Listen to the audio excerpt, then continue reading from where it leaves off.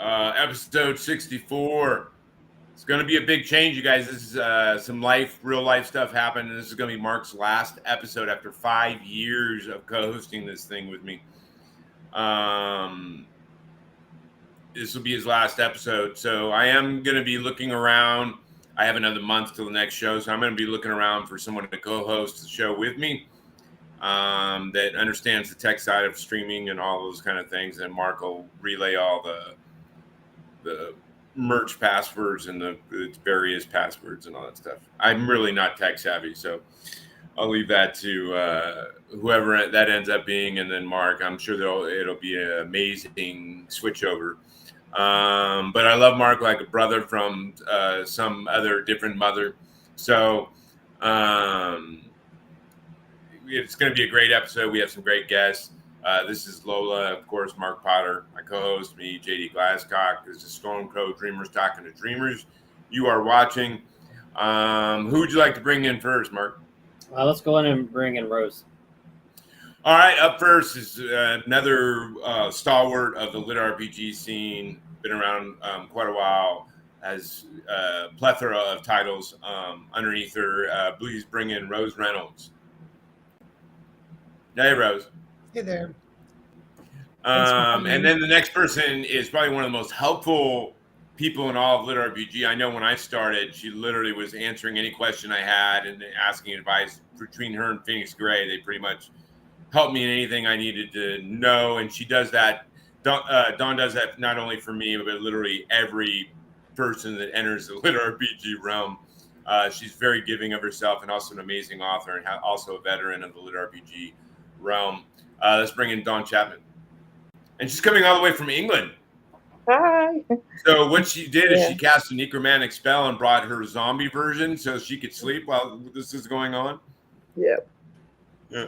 100%. Very cool. Glad you took a time out of your sleepy zone to hit up with us. And I think Dragon Con's coming soon, right? Yeah. A couple of weeks. Yeah. Are you both going? Yeah. Yeah. Very cool. My goal is to try to get there next year. It's a kind of a work balance thing. It's like you need a good chunk of change to be able to afford to go there for 4 or 5 days. Yeah. Between hotel and flight and it's spending money and all that kind of stuff. It is. But definitely very, very cool, man. So I'm gonna hop into it right off the bat. Like we'll start with Dawn, and then we'll go to Rose. Dawn, by the way, both of you guys, this is Lola, as my 12-year-old mascot of the show. Oh. But Dawn, in the last 2 years, what is project of yours you thought turned out amazing and you're passionate about and you were excited about it? It's really difficult because the last couple of years has been mostly COVID, so getting over that really. Yeah, but I know you do like 80,000 word days, so I don't want to hear it. They are big. Yeah, I do write quite a lot. Mostly, I actually took a bit of a break because unfortunately the Space Season series hit a bit of a snag with my artist. That was the project that I was actually actively working on, sort of like when COVID hit. But the artist kind of just left me in the lurch, really. She completely ghosted me, and I couldn't publish the book that I was actually supposed to publish. So I had to. Oh, that just happened with my guy that does formatting, and then I had to find someone else who totally screwed it up, and I get it. Oh no, it really threw me for a loop. So basically, I kind of had, because at the end of the day, I had editors booked and all kinds of other different people booked to work on various projects going for that year. Well, let's zero in on something that came out in the last year and a half that you... It's only Tailspin, so... Tailspin, so that's the new series. Tailspin, which is the photo that... No, that's not the photo I put up. I put up your Artem one. Give me some thematic and that's it. Genre. So it's cyberpunk, LitRPG. So we opted to go for a little bit kind of like sci-fi, futuristic. You are giving me the Artem one. Yeah. Yeah, I was going to say that's the photo I had up. Yeah, that's the title. Yeah, that's the one. So that's Who the doesn't one like I've cyberpunk, yeah, man? so, I told you I'm working through the first one, Kev's, and then I've got the other three yeah. in queue. Yeah, But so okay, so it is. what's your angle? What's your main? Is you're the one that has the corpro? Yeah, mine is the corporation main character. He's So you rich guys, in a city, for those though he out doesn't there that think are he not is. familiar with like Shadowrun and Cyberpunk, usually, and I think you guys use kind of the same definitives. You usually have like the street Yeah, punks, the hackers, the corporate people, and then I'm missing one. yeah, So you have the street kind of thugs, you have the hackers, which are the people that are like the cyberware people. you Nomads. just have like the outside cities, like those on the. Is it like those are sort of outside the city? Can't Yeah, think what the name nomads. is either. Yeah, the nomads. Yeah, that's Yeah. it. Yeah. Yeah. So all right. So with that premise for audience or whoever's going to watch this out there, so yours is with the corpo character. Yeah, he lives in the inner city.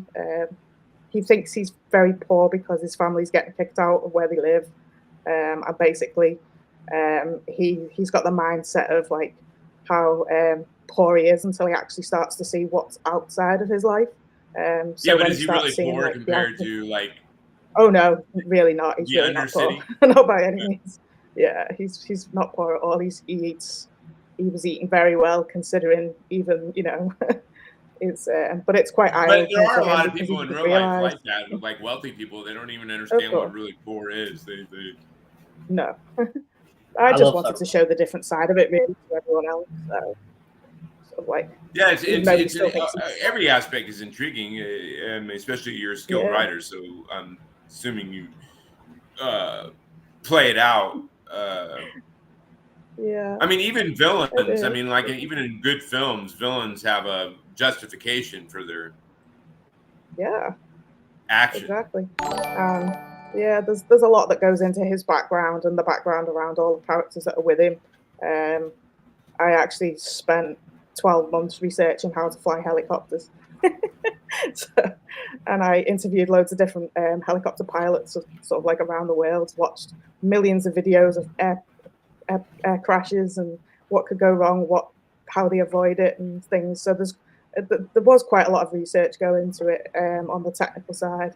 Whether And it's then the whole 100% plan to begin accurate with, I think, is was you guys were going to do 2 books each, right? yes. I've just finished writing the second book, so it's in first draft stage, but it's finished. So yeah, 2 books each. And then knowing you, it's probably like 2,000 pages or something. It's gonna It's hit 40. yeah, it's 220,000 words at the minute. So yeah, You said it's you're going to expand a another little bit. It'll be about the 15 same size as the first one. Me, I struggled to like get to 65K before I'm like, I got to go to the next book, man. Yeah, you guys are like marathon riders, man. It's a lot more difficult You, to write Osgood, something and so Harmon. I think that's like literally like the trio of like eating through words that are. Well, let's jump to Rose. Rose, in the last 2 years, what is a project? And by the way, hello to everyone. I know we have a few people in the chat. What is a project in the last 2 years, Rose, that you thought turned out great and you were excited about? I still like Eternal Online. I don't know. Just basing it on the timeline because that's kind of when I started. So Eternal Online was pretty good. I almost killed it because I decided to write a book and then I freaked out and said I can't. So I should write 4 novellas. 4 novellas? Is that yes. like are you referring to like erotica novellas? No. I'm saying I took Eternal Online and I tried to cut it into 4 pieces because I was so insecure. I didn't think I could finish a novel. And then I talked to the Athon boys and they said, well, if you put it back together, then maybe. So then working with Andrea Parsnell was so great. That was just huge. And I don't think for the young writers that are going to watch this or are watching it, that's a big struggle for a lot of writers is self-confidence, faith in one's abilities, faith in the ability to complete it. But as I always say, like one small step at a time, you know what I mean? Like that's all you can really do. Yeah. So tell me the thematic of it, the story. It's this like pseudo post-apoc kind of like online lit RPG, and there's just like an interesting balance between a young woman's like internal and personal life and the game that's going on. She rediscovers family ties. There's a really good pet. Like I write about an Enfield. What other author's done that? An Enfield, is that like a mouse of some kind? It's a fox with wings. It's like one of the ones that are on the I don't know. I just tried to snatch one that I hadn't read much about. They're hard. Hey, I was shocked. One of my favorite characters in my books that people love, which I didn't even see coming, was the pig. So people love animal companions, man. For some reason, I mean, write them well, they're great. Yeah, I mean, I just literally flying fox. Yeah, what's the flying fox's name? She's real big. Her name's Pachi. Pachi. Yeah, which means have you found that like people relate to characters in your books that you did not think were going to be the most popular characters? They usually like the ones that I like the most. Like, no, I do what I do. If it's cutesy, it's gonna work. Yeah, sometimes I'm really excited about a character and people don't like them. Like writing a strong, sassy woman is a good way to be a bitch. You're like, why? She's funny. They're like, oh, but she's so hard to please. And I'm like, she's not meant to be pleased. What the fuck? Anyway, yeah. So yeah, I mean, what I found is I've written characters I thought were funny or hell, and people don't see the funny, but they like them, but they don't see how I portrayed them. And then I write characters that I think are going to be well liked, but they end up blowing up of like that's the favorite character when they're not even the MC, and I'm like, wait a minute, what? So I'm assuming I'm not alone in that in the aspect of how sometimes readers see things in your characters that you didn't even like know you put there. Yeah, really. It is kind of fun. That's really cool about people messaging you. Yeah, very, very, very cool. Or they'll find something funny that you didn't even mean is funny, and you know. I do accidental thoughts all the time because I'm so naive. I don't even know what I'm saying sometimes. I just talk. Yeah, but that can be good, right? And I'm like, what happened? I didn't get the joke. I did get. So, how many books are out for that series? That one's just a trilogy. Under TJ Reynolds, I've only done 2 trilogies, and I'm on writing the second book of the Seventh Bridge to the Heaven series. Are you guys like me in the sense that when you go into a series, you have a general idea of how many books you want in that series? Mm-hmm. Yes and no. I like have initial arcs, and like you can always just make another season in your head, you know, like where are they going to go next? Unless some stories just end, but I don't know.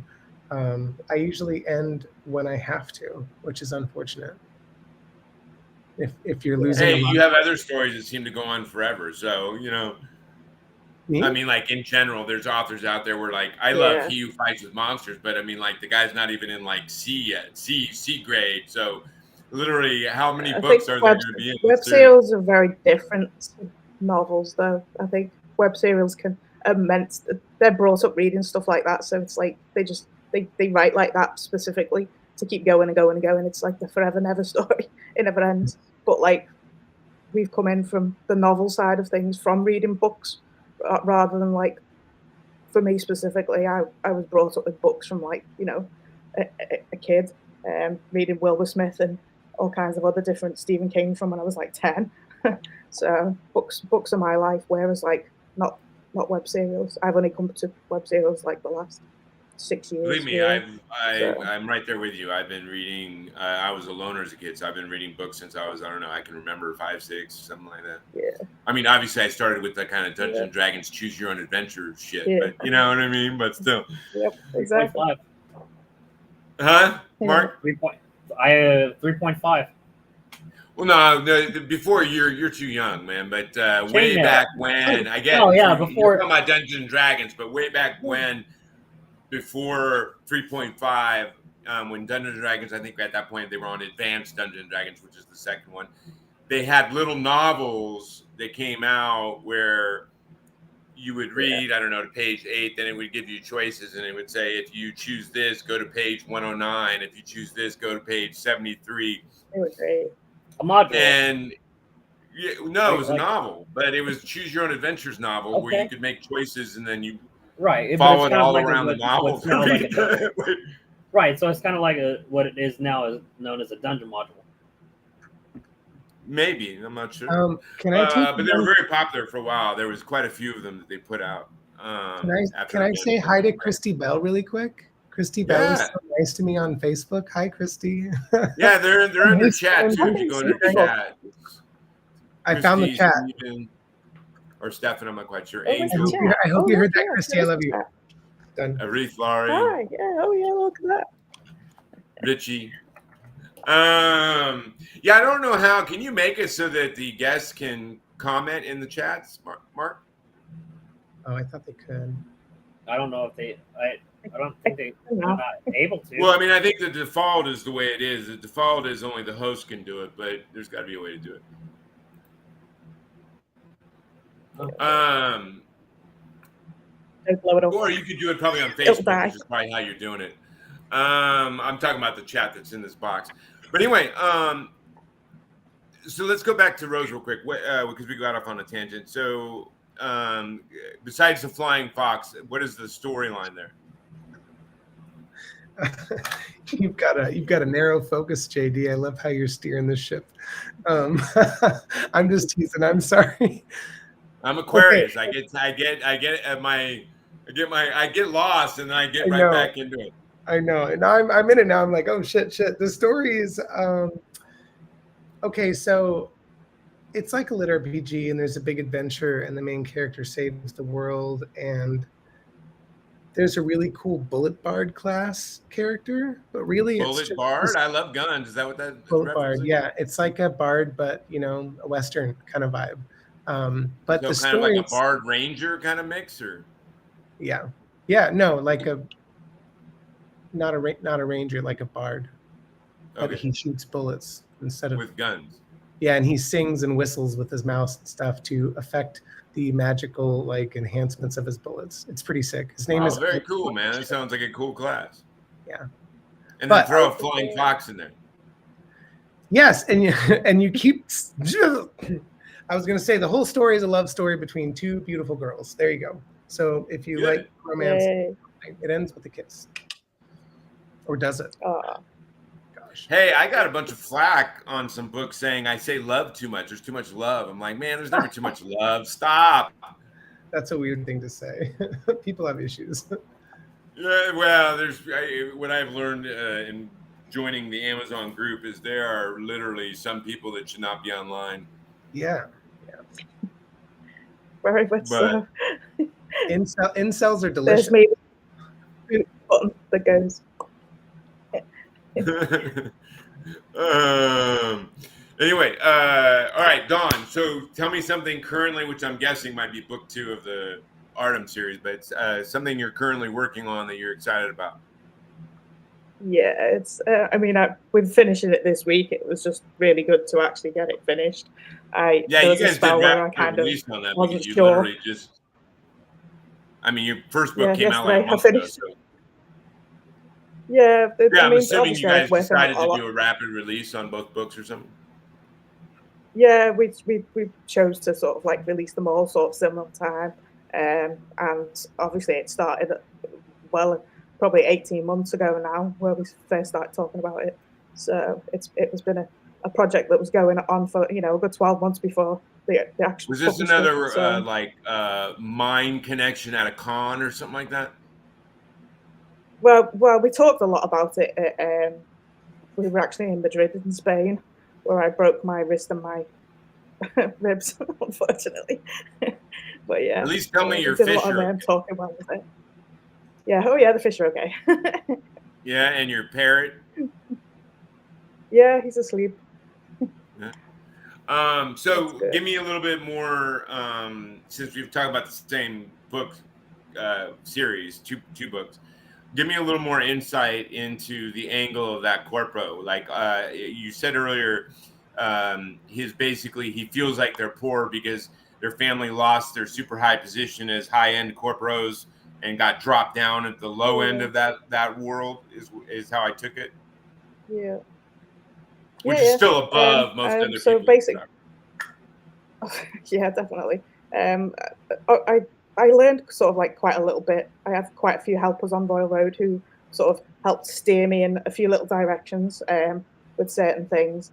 So it was nice to get that direction off them. And it's book 2's still releasing on Royal Road at the minute. But it is really rough draft because I kind of ran out of time.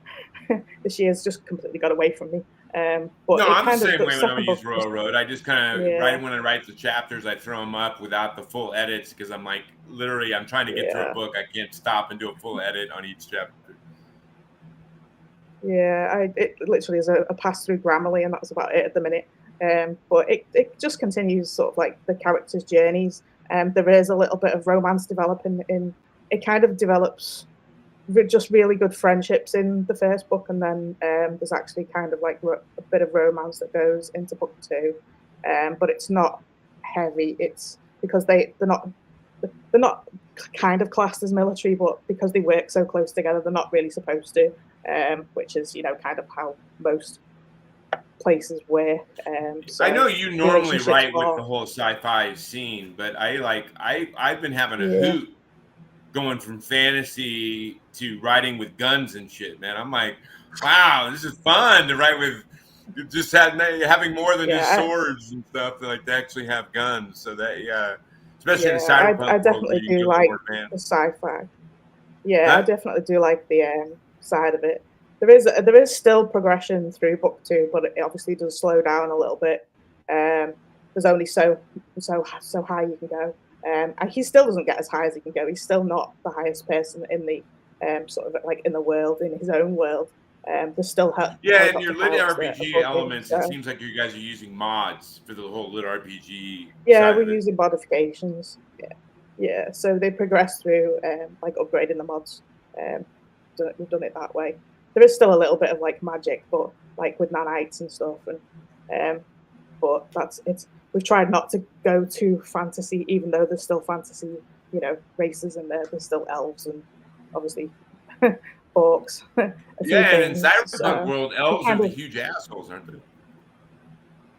Yeah, well, yeah, of course they are. Yeah, definitely. Yeah. So, and I have actually very cool. I'm excited to get through that whole world. Yeah, and I found it fascinating and an amazing idea that you and 3 other authors all decided to get together and write your own stories, but in a shared world. I mean, as far as my knowledge goes in the LitRPG scene, that's a new angle. Because there have been established authors with established worlds where they let other authors write in them, but this is the first time I've seen 4 talented authors all decide to get together and create the world together, and then all write their own stories within that world. Yeah, it was really fun. I think there's a couple of other authors that have done it.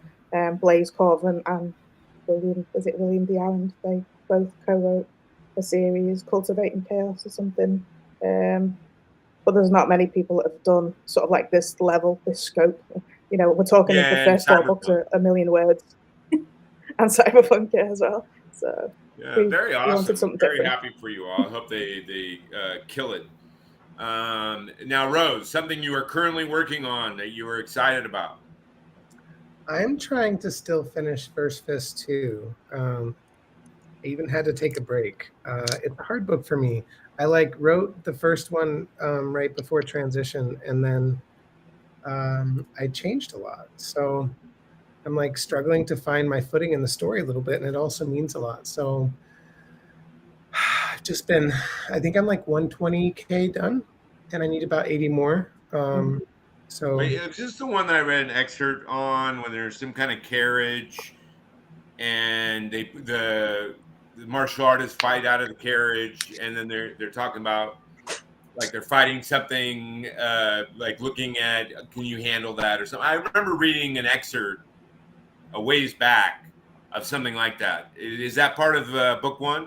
There is a cultivator exploding from a carriage, indeed. Yes. It's pretty so good. My memory is correct. And who would have thunk with all that weed I smoked in my 20s, man? I mean, but yeah. But yeah, it's a good scene. Like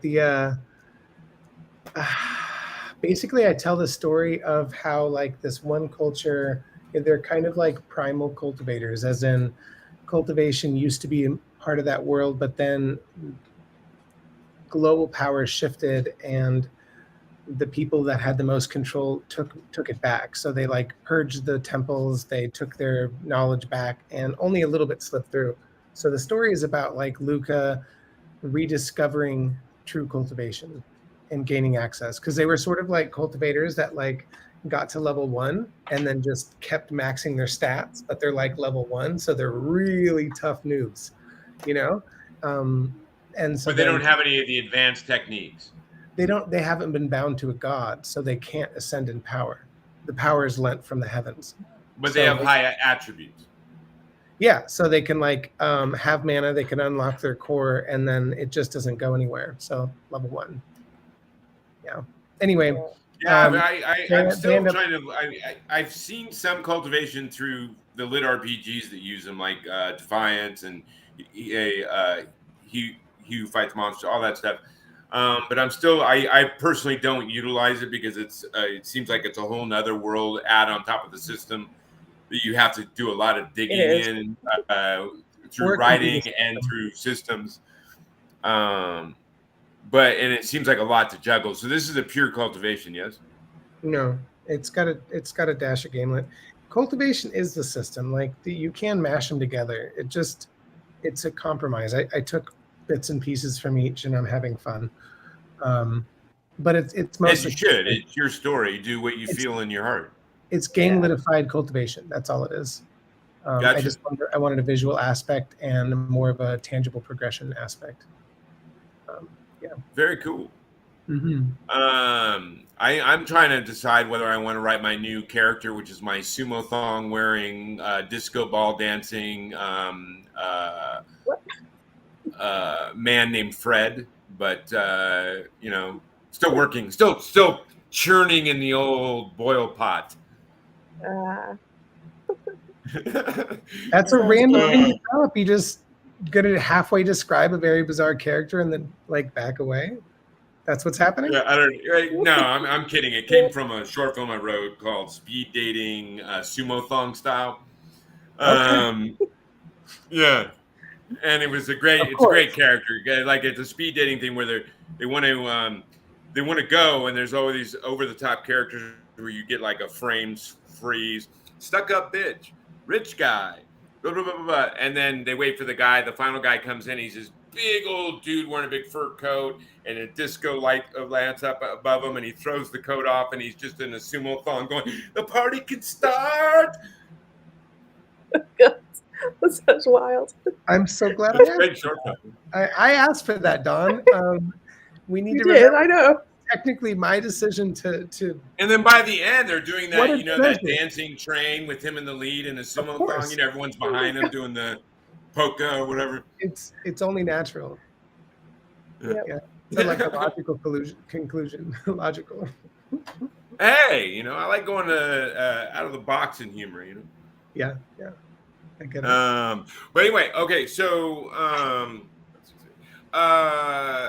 so we talked about Dawn's first 2 books are the 2 books of her Artem series, Corporate World, all that kind of stuff. We've talked about your Flying Fist book 2, although I want to dig into it a little bit more, and then your other series with the Flying Fox and the Bullet Bard character. So do you tend to hang more in the game-lit progression kind of realm in most of your books? Mm-hmm. Yeah, I'm not very crunchy. I don't like crunch very much in the story if it interrupts things, whatever. I'm on that side. But also I just kind of have I have limits to how much gamelit I can handle before my brain doesn't understand what's happening. Believe me, I learned that lesson in my first series where it was like very crunchy, and I'm like, oh my God, this is like a ton of work to keep up with all this. Of the numbers and math. I'm like, man, I want to more tell the story. So this new one, I think there was only 2 times in the entire novel where it showed a character sheet. So I hear you. I feel it. I feel what you're referencing. I can see how that would be overwhelming to try to deal with. So how many series do you have right now, Rose? Space seasons. I'm starting my 3rd series, but in the future, I do have something coming up that I'm pretty excited about. It's The Heroes, Monk, and Mage. Wait, hold on. We're going to get to that in the are we going to do that yet? We can go in the future one. Okay. After the break, we can talk about future, and you can go all into that. So what is your guys' take on the current LitRPG game lit world right now? Either one of you can start. Like its future, how healthy it is, all that stuff. Because when I have you guys on here, I also try to hit things. So if young authors or beginning authors watch it, they can also get a little bit better take on the industry as a whole. I think obviously it's very stable. It's been stable since I came in like 2016. There's an awful lot more authors. There's a lot more new people, and a lot of new people coming from Royal Road. The audio publishers and that are snapping them up within, like, as soon as they get on Rising Stars, they're getting headhunted, which is actually quite sort of unsettling in one sense, because I don't quite think some of them are ready for it, and I certainly don't quite think some of the books are ready for it. They're very good, but they could do with a lot more maturing, editing, just basic. Wait, hold on, Mark. I'm sorry, Mark. Our video ended. A lot of people just got booted. No, that happened a long time ago. Oh, did it? Yeah, our Facebook Live crashed a long time ago. And I don't know why. Well, did you fix it? There's not a way to fix it. But you can repost later. It's done, but we can still do the thing. Yeah. Oh, yeah. I mean, it's getting recorded still. So, I mean, you're going to still be able to push it onto Facebook. Why don't you tell me that, man? I keep it on when I'm focused on you guys, so I'm not really paying attention to what's happening on Facebook. But I don't know, I don't know how to get it back on there, except do share it through YouTube. Yeah, it's still going to YouTube, right? Yeah, but basically, people are watching on YouTube. Yeah, that's why I logged. Sorry, I didn't know any of that happened. I was just focused on my guests and talking. Christy posted it in the comments a while ago, and Stephen Landry texted me. Yeah. So, but we're still recording this episode, yes? On YouTube and Twitch, yeah. Christy is still watching it and talking about it in the comments. Hi, Christy. Okay, yeah, I don't know. That has to be on the Facebook side, which is not shocking to me that Facebook has issues. We blame Zuckerberg. Yeah. Yeah. I can't say, I mean, in 5 years, I can't say that was the first time Facebook had issues when we were doing a live show.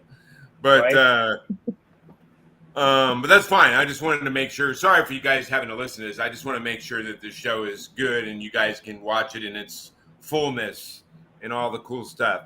But anyway, I'm sorry. Go back to where we were. I lost the tangent dealing with that because I had gotten a text from someone saying they got booted. So yeah. So you're just talking about new authors coming in. Really, there is a big scope. There's a lot of books coming out at the moment. A lot of big books as well. Obviously, I can't complain because mine is big, but there's some really big authors out there that are just yeah. We were talking about this before the show started. In the last 2 weeks, a lot of huge authors are all launching their books. Yeah. What do you think? August seems to have been the very busiest month. Rose, what is your take right now on the industry? The industry is doing fine.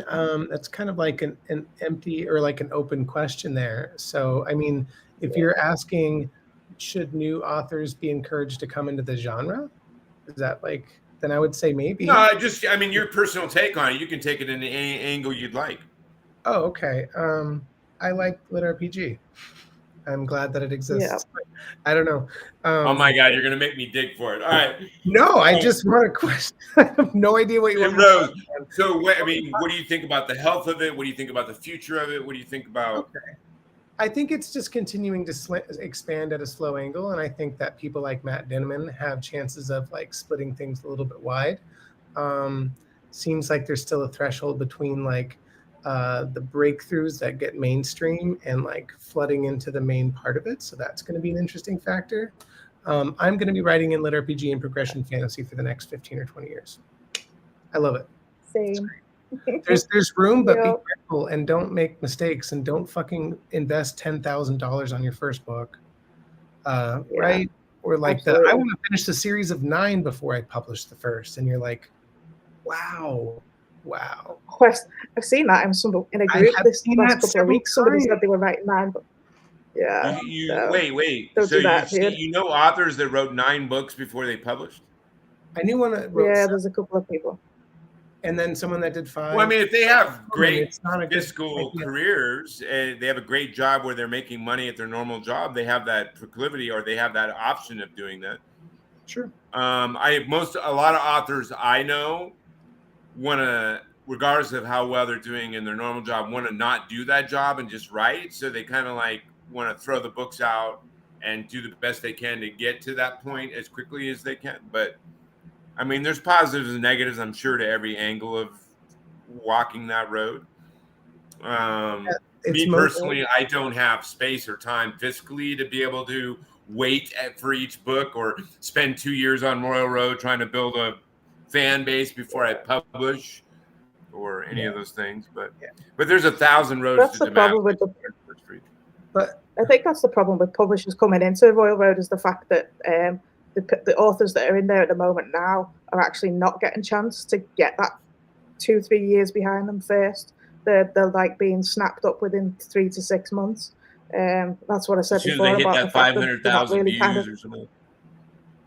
Yeah, they're not actually getting anywhere near that kind of sort of like expertise of like Travis did with He Fights with Monsters, or I mean, some of the big ones that are being published now are like they're 5 years old. You know, the authors have had 5 years to build up that massive audience that they have with the web serials, and the new authors are just not getting it.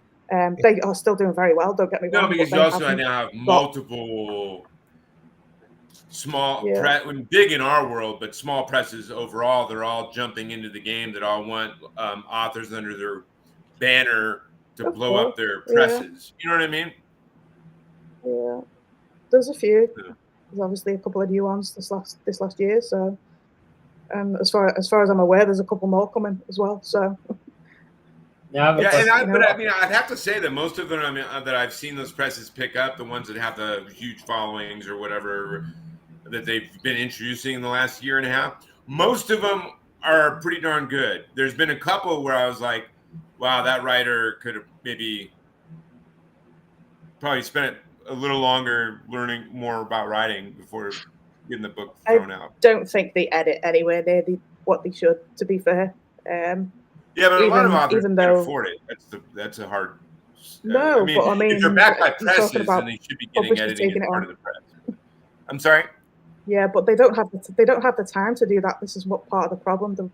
The web serial authors are putting 5 to 7 chapters a week out. They don't have time to actually edit, and that's where they start getting the problem. Whereas when they start publishing, they can't do the editing and the writing at the same time. So then they start to keep up with their Royal Road fan base, like a keep ahead or whatever. Yeah, and the Patreon, because the Patreon's where they earn most of the money. Obviously when they publish and for audio, that they're nailing it, but editing alongside their writing schedule is very difficult. Yeah, it's a different. When you start earning money. I remember you were telling me, Dawn, that you had 30 chapters before you went to Royal Road, and then just dumped them all. I wrote, I mean, for Tailspin, I'd written the first 300,000 words. So it was, I never actually published any of that on Royal Road until, I'd 96 chapters. But I've got the liberty of sitting and doing, I wasn't worried about money. I could do that. It didn't bother me. But a lot of people. Yeah, same thing with Kev when he was doing his stuff. But you also write 100,000 words in one day, so. Now, I've got a question for y'all. How long do you think it's going to take for mainstream publishers to get on board with LitRPG? They already have. There's already a couple. They're just usually being turned down, to be honest. Penguin Halfway House. Well, there's audio. Everyone's already over it. There's a huge scramble for audio. And Podium, literally, like I said, they're literally they're on Royal Road trying to get people that are only just on Rising Stars, which are got 10, 20 chapters up. So audio's massive. And they've started their own publishing house. So Podium actually do their own publishing now.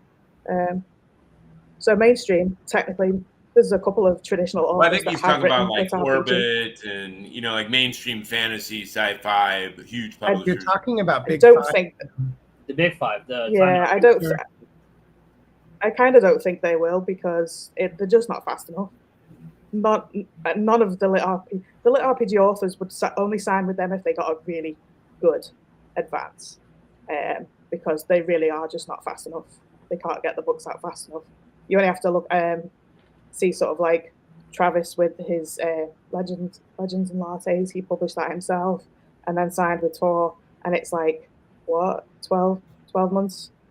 So to get a book. Yeah, you're talking about how slow the publishers are to get a book out. Yeah, they're too slow. Yeah, they take forever. They're like a slow moving machine. Yeah. By the time the books come out, the genres move that fast that kind of, it'd be like publishing Cyberpunk now, and somebody writing it now and publishing it in 18 months' time, and it's gone. And you got to understand, LitRPG fan base, Mark. If it's been 4 months since a book's come out, they start all they whine with pitchforks and flames and torches. They do. I've seen somebody publish a book this morning, and somebody said 7 hours later, where's the next book? And I'm like, how? It's crazy. They do that even they literally do read a book in a day. Yeah, and what readers just don't get it, man. I mean, not everyone's like Harmon, who writes 8 books a month. You know what I mean? So it's takes time to write, especially if you're trying to make it good. Rose, what's your average write speed? I don't have one of those anymore. I'm working through burnout. So I used to be able to do a book a month. That's just not my speed. I'm learning my real speed. I don't know, maybe a book every 2 or 3 months. Yeah. I'm still hoping to which I think is average. You got to find your groove, man. Yeah. I published 26 before I burned out, and then it was too much. Yeah, I mean, I think personally go through cycles where one book will take me 3 months, and then the next book will take me a month, 5 weeks. You know what I mean? So I think a lot of it has to do with what you're going on in life. And it sure does. And your mental space and all of those things. I mean, but it is a job. So like you just said, even during the hard times, we still got to get words out. Yeah. It's been very difficult this year. I had some really bad losses this year. I lost my editor in April, who was editing Tailspin, the first book. I lost her halfway through, which really, really hit. Because obviously the relationship you have with an editor is very important, because they sort of polish and shine everything, and they know you just as much as, like your husband, probably better than your husband. You know what I mean? It's and so writing through that has been very difficult this year. But I have done it. I have completed the second book. So yeah, life happens, and then that's what tells you who is a real professional writer and who isn't. Because every writer I know that goes through hard ass shit in life, but they're still getting pages written. So you know what I mean? Yeah. Yes and no on that. People all have breaking points. Yeah. Real writers always stop writing when they're not doing okay. That's okay to stop for a little while. And it is. Yeah, I don't know about, you get to people like Rothfuss, which literally takes years off. But no comment. No. Yeah. I think it's very hard. It's very difficult for us as in this genre to actually take a break, because there is an awful lot of pressure. And what I find with mental health and a lot of my friends is they will literally work until they break, and it's real. And I tried myself this year not to actually go as far as to break, but I did, unfortunately, myself. And they will burn out very, very quickly. And that's kind of like we see it. There's a couple of authors that have kind of vanished completely, which is very sad because you do get used to seeing them around, and then all of a sudden, there's somebody that's not there, and people are left. Oh, you see them coming up in the groups all the time. What's happened to? We're going to get another book from this series. Yeah, and I think Anora, is it Anora Online was like that? That was one of the first series I read when I started writing. When I started reading LitRPG and switched to LitRPG like a year and a half ago, 2 years ago. And he was one of the first series I read. I think, was it Anora Online? I don't know. But it's someone that like the last book they put out was like 2020. And I didn't realize that as I got into the series, and the series is not ended. And then all of a sudden, like there was no more books. It's very difficult for people to actually. Everyone wants to go full time to be a full time author, but they don't understand the pressure on actually being a full time author. They don't understand. And how hard it is to get to that point of where you're making enough. It's very difficult to get there, but it's very difficult to keep it going once you're there. Because when you're outside of work and you're going outside, you've got a regular day job, you're out of the house, you're thinking about all the nice things you want to write about. But when you're actually sat at home 24/7, it's very difficult. And that's when people do tend to. Yeah, and a lot of young authors don't understand the reality.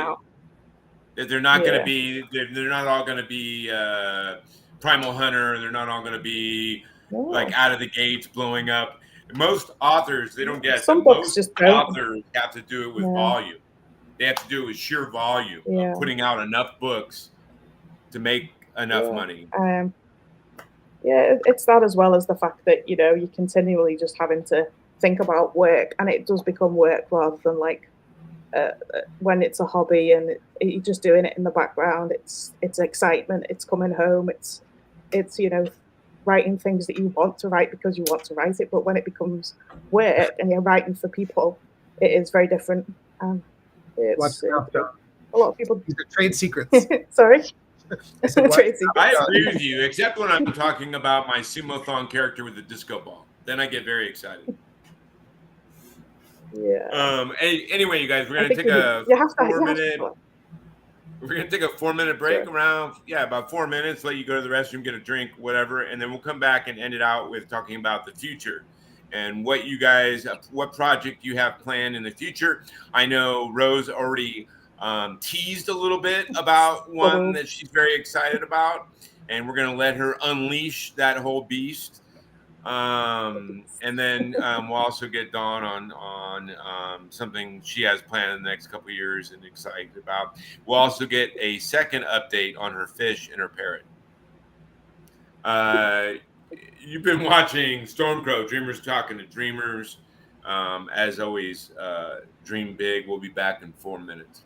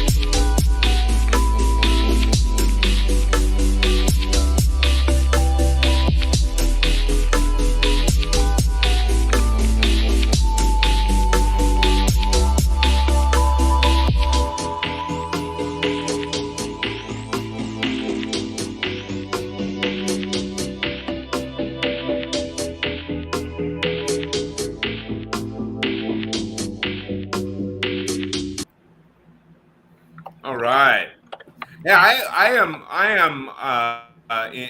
honored and highly respectful that Dawn at like 3:30 in the morning is as awake as she is in England, and Rose, who thought she had another hour, scrambling to get ready within 10 minutes. I even did my brows. Did my brows in like 30 seconds. Yeah, if this was still in my 20s and 30s, if I'd have been in that situation, I'd have been hitting 3 bong loads before I got on, man. But I slid that out was of my bed. way of dealing with ADHD, because I had ADHD before that was even a thing. Before that wasn't really diagnosed till I think the 90s, late 80s into the 90s, where it was finally recognized, I think. So I hear you. But the thing about ADHD is it's got like a million different variations of how it affects people. So when I was younger, I used to just pawn it off on astrology. Well, I'm an Aquarius with a Gemini moon, and that's because I, Can't be a Gemini. Huh? Can't be a Gemini. They get a bad rap, but they're actually pretty good lovers. I don't know if I don't think I've ever had. I have a Gemini moon, but I don't think I've ever had a Gemini lover. I have a Taurus ascendant though, so that might That's be why. Your fault, JD. That's your failing. Quest. That's my failing. Quest granted. Yeah, I'm at this point. I'm like on the knocking on the door of monkhood, I think is what it is, man. It's been so many years since I've been in the bedroom of anybody that it's my focus is over the last decade, I think, has just been film, and then now writing novels, just trying to get to a point where I'm fiscally soluble in just doing creative pursuits and not having to work normal jobs. But I'm 52, so at this point, as long as I don't mind the monkhood, as long as I also get my brewmeister license. So that usually goes, I think, with monkhood. You get to learn how to brew beer. So, but anyway, so let's talk about the future project. We'll start with Rose this time, because you almost unleashed earlier on it. So let's talk about the thing you're super amped about. Okay, so I'm excited about Monk and Mage. The heroes, Monk and Mage. Can you spell that, because I didn't quite get it? Monk and Mage. Oh, Monk and Mage. I thought you said that as one word, Monk and Mage. I was like, what's a monkin? Now I was getting images of like a chimpanzee or something. Monk and Mage. Okay. It's going to be fun. It's going to be like gender bendy and trope reversing and silly and lighthearted and maybe a little bit sexy. Yeah. Very cool. Yeah. So you're adding a little erotica into it. No, but you don't have to add erotica to have sexy. It's just going to be. That is true. Just tension. Just tension. I write grim dark, and I have some. Okay, I want to do the Jane Austen of Jane Austen meets The Hobbit. That's what I want. We're going to try and smash that together. Good dialogue, character driven. Yeah, but I mean, I have nothing against the Anais Nin Roland stuff, man. So, Anais Nin, I don't know if she was the lover of Henry Miller in France. Henry and June, the film, is kind of loosely based on the love story between Henry Miller and Anais Nin. She wrote all erotica in Paris in the 20s, 30s. The Red Shoe Diaries series that was on, I think, HBO or Showtime for many years was based on her writings. But yeah, I don't have any issues with that. I think there's quite a few authors, no names mentioned, that made a good living before they put it to LitRPG off of penning erotica. I still write Atlas Kane, so that's fine. I write erotica under that. Oh, you do? Yeah. I can't keep track of everyone's pen names, Rose. JD, you rolled in too late to this game. Come on, we got to catch up. No, I'm just joking. I'm telling you, it's not a secret anymore, though. But it's been out, and hey, I would be blasted forever if, with the last name Glasscock, I had an issue with erotica. Yeah, that's true. Yeah. And the worst part is when people think that's a pen name or a fake name. I'm like, I'm gonna choose Brittlecock as a fake name. Like, are you effing kidding me, man? Yeah. I would do something manly, like Warcock or something, if I was gonna choose a fake name. Warcock. Warcock actually sounds like a real name. That's pretty good. It does actually. Except my real name doesn't sound like a real J.D. name. Warcock. You change your pen name tomorrow and your books all take off. It just, the algorithm's perfect after that. Boom. The Warcock has arrived. You gotta make it Scottish too, like a Scottish first. J.D. Warcock. Yeah, I can see it now. But they would still think I'm writing harem, just with a violent harem. I also want to write reverse harem under a different pen name. I'm gonna have fun, like writing is cool, and pen names let you kind of like experience a different perspective. So I don't know. I try to write. My thing is always trying to write as realistic as possible in whatever fanciful world I'm trying to write in. So I always try to. So I don't think I could ever write harem because the reality of trying to be the lover and date that many fucking people in reality would be a fucking nightmare. So they wouldn't all like cozy up like how these books try to do it. You know what I mean? That is your perspective. That is, but I mean, it's 3 decades of being in the creative world and knowing all those types of people, and not one time have I seen a lot of like stability in those relationships. You can't come into my fantasy world and tell me how things work, No, that's true. Whatever your road is your road, and it should be. You can ground harem in logic. It's just hard. I'm just going off of my life experience. Like totally. It's impractical. That's what I'm saying. And so when I'm writing in crazy ass, whatever it is, post-apocalyptic fantasy worlds, I still try. My whole thing is grim dark, so I still try to keep it as realistic within that realm as I can get it. You know what I mean? So I think that's the writer's goal, especially in fantasy. Yeah, when I'm talking to young filmmakers, I always try to tell them, number one, first rule: don't ever break world immersion for your audience, or if you're talking writing for your readers, don't avoid anything that will break the world that you have brought them into, because if you do that, it's very hard to pull them back in. It's like in film when you shoot like a thing that doesn't make sense, or in the shot is the gaffer or a gaffer holding a light above your actor, and you accidentally kept that in the film. Now all of a sudden you had them immersed in your violent criminal thing, and then all of a sudden here's a lighting guy in the background with this big light. You know what I mean? Was it on purpose? Was it just meta? Yeah. Was it commentary? The author plays a character like Once Upon a Time. Yeah. But anyway, let's get back to your story though, before we get off on tangent. So more about your upcoming Monk and Mage. I don't know. It's going to be a fun adventure tale. I've got a couple characters. Can I just tell you about a couple characters? Sure. Okay. So one of the characters is really silly. I've seen a lot of anime, but I'm getting some inspiration from like Kung Fu stuff too, where there's like the wandering sage, except he's going to look like a 30-year-old anime guy that just is ageless, because he essentially ascended to pre-godhood and stopped aging just a long time ago. He's actually the reason that the world was blown apart. Him and his friend will like learn all this, right? It's like the major arc. But in the first part, he just becomes the mentor. So he kind of sweeps in, and he's very fun because he has DID, or used to be known as multiple personality. And it's just a fun way of telling multiple narratives from the same character. It's almost like Legion. A little, just less like sinister and a little bit more like, what the fuck just happened? Like he's going to look very placid and chill, and then they're going to get attacked, and he's going to like kill a mountain of animals or like, monsters, and be like, we should go. And they're like, what? The whole time that's been you? Because he just sort of looks like he needs to be in a like a K-drama. You know, like he doesn't look like a badass. He looks like an anime character. It's just. What are you talking about anime? Like in like oversized muscles and big No, head and no.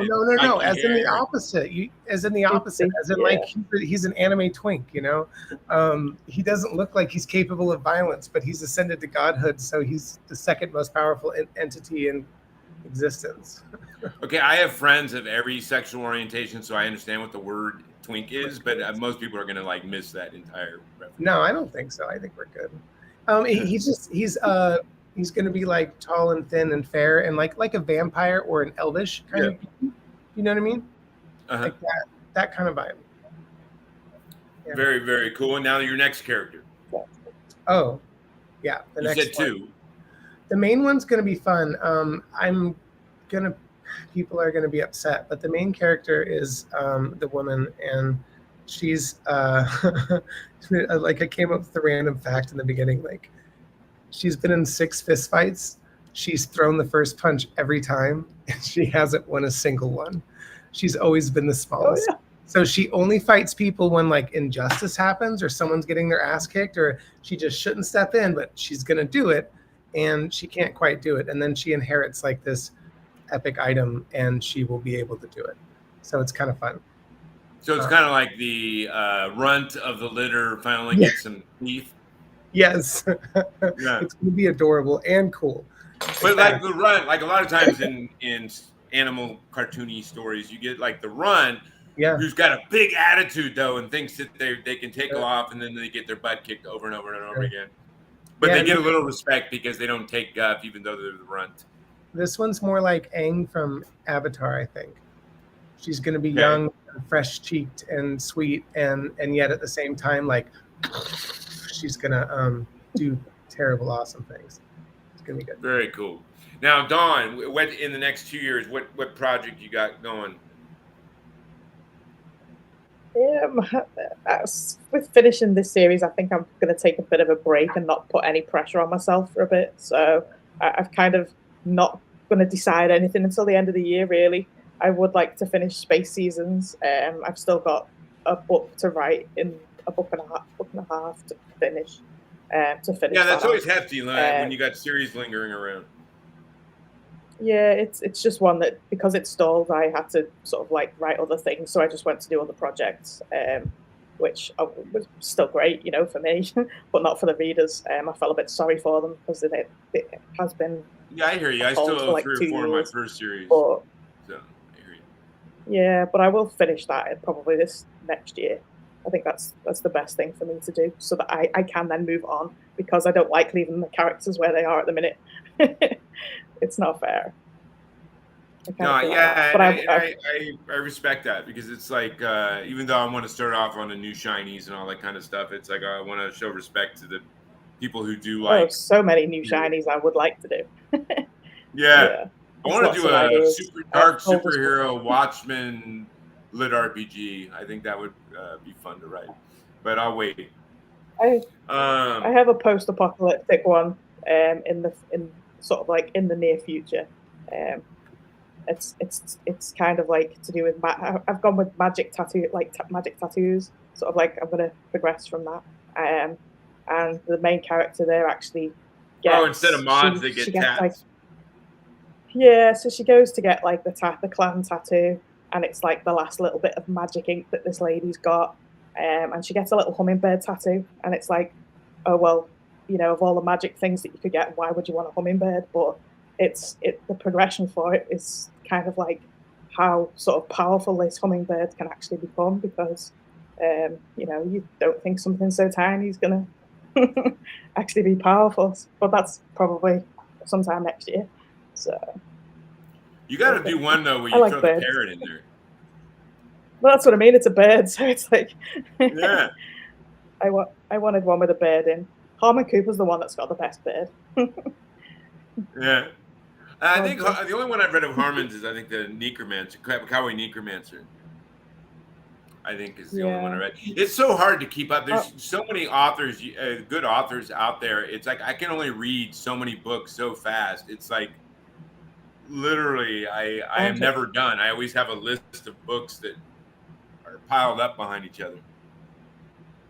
Yeah. And I read pretty fast. I read a couple books a week. It's hard to. Yeah, I only get to do so many because I do audio, so I am very lucky that I do get to kind of keep up with the genre in the day job as well as, you know, kind of read and relax with it of a night.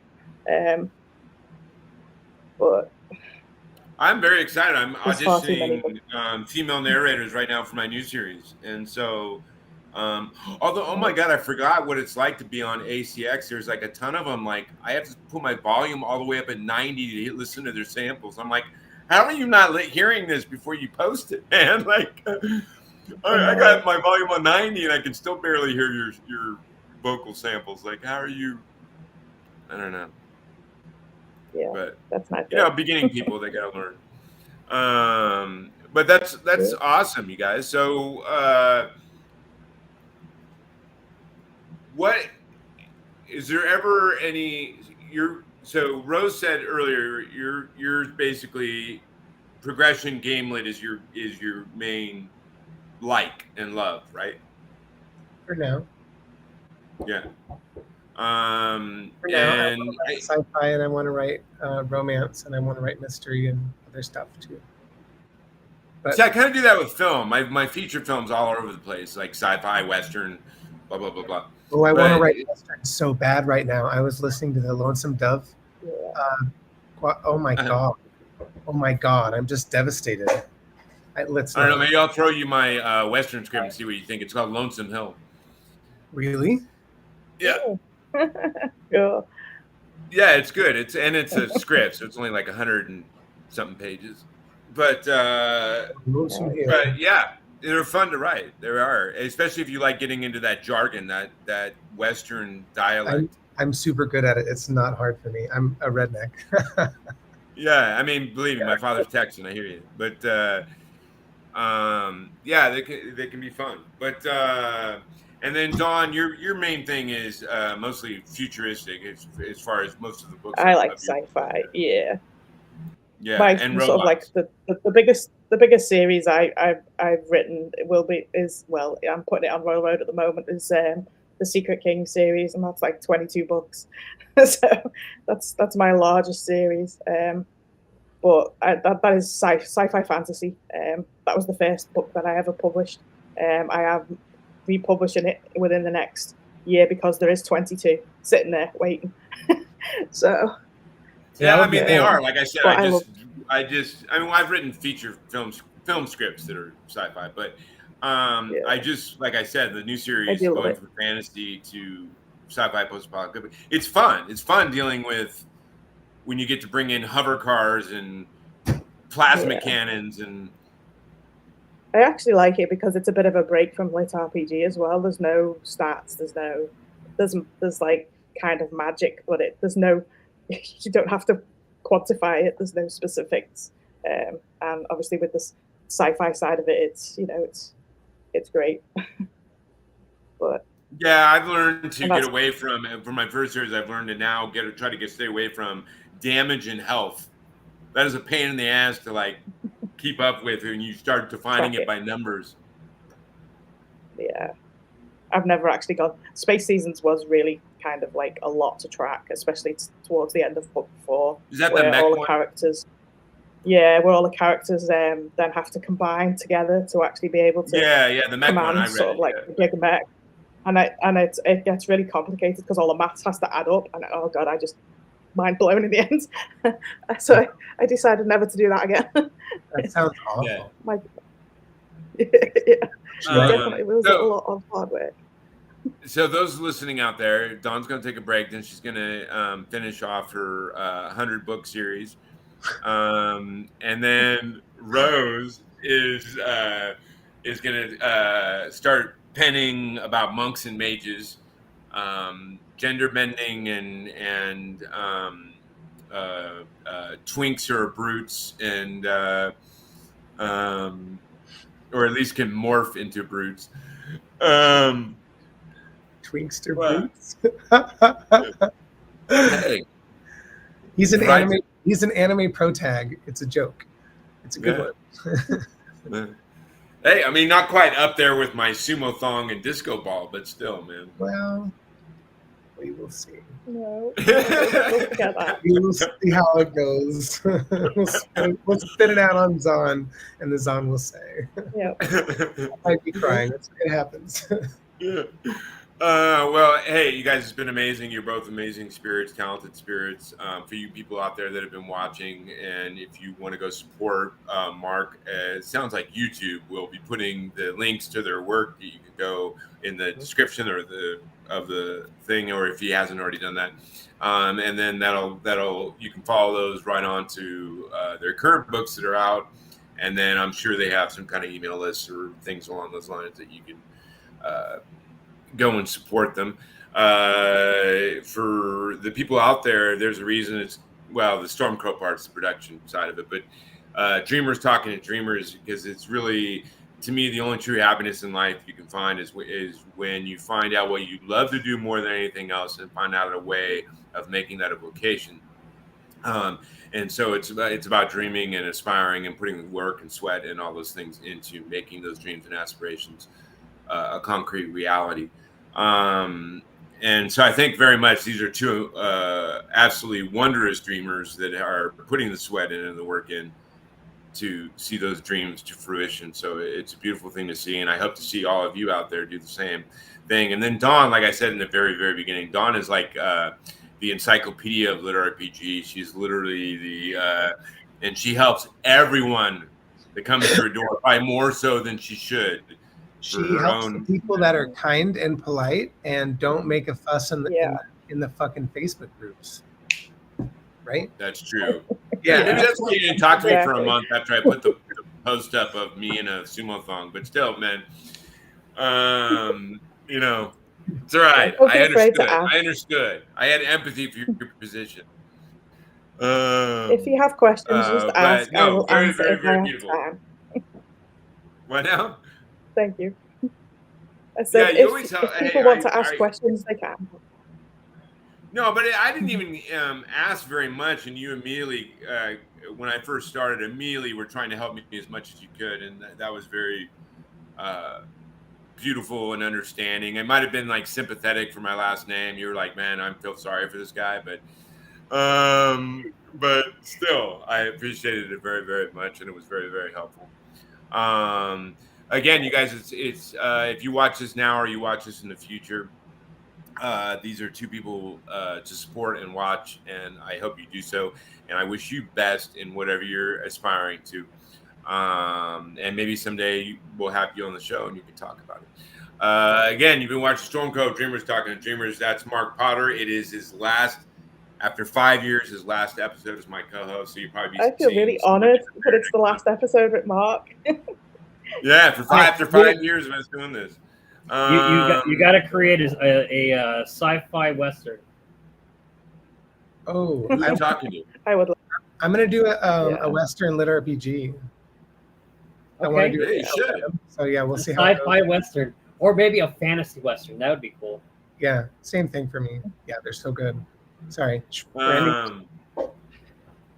But anyway, thank you, Rose. Thank you, Dawn, for an amazing time. And I wish you the best and wish everyone that's watching the best and beautiful blessings. See you on the flip side. Thank you. Y'all have a good night.